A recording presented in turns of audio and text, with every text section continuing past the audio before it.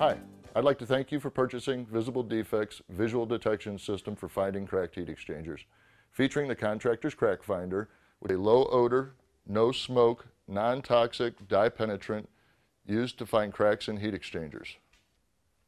Your visual inspection kit includes our patent pending spray applicator, 2 spray nozzles, an inspection mirror, safety glasses, and a UV flashlight for detecting the dye. I'd like to demonstrate how to use our product. Most heat exchangers have very limited access to get to the heat exchanger. If the crack is where you can't view it either from the A-coil access, through the blower, or maybe through the insertion limit hole, you have no way of finding any cracks that might be visible otherwise.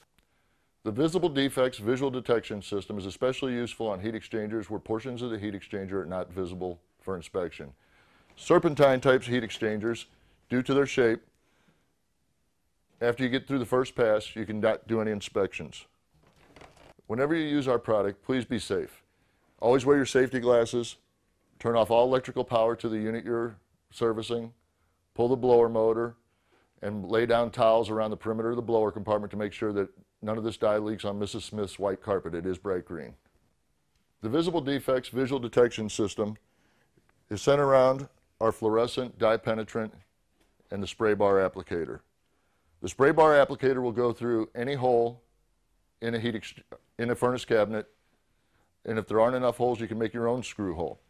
You do this by measuring between the cells and then transposing those on the front panel using your insertion limit as the point of starting. The way to use this is we take the 11-inch spray bar, we insert it in any screw hole or through the insertion limit. You'll notice it'll get about halfway through the heat exchanger. Then as we spray, it sprays the whole heat exchanger top to bottom. Now if we're in a closet and we don't have access to the back of the heat exchanger to insert it from the rear to get the back half, there's a spray nozzle that we put on the hose, and then we can soak the back of the heat exchanger without getting access to the back of the furnace. Once you've saturated the air side of the heat exchanger, you want to take your blacklight flashlight and look at the combustion side of the cells through the burner openings. Any evidence of the green dye penetrating is evidence that you have a crack or hole that needs further investigation.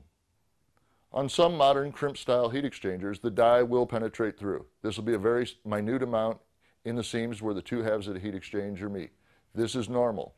Any excessive dye or flooding of the chambers would be indication you have a much serious problem, hole, or crack.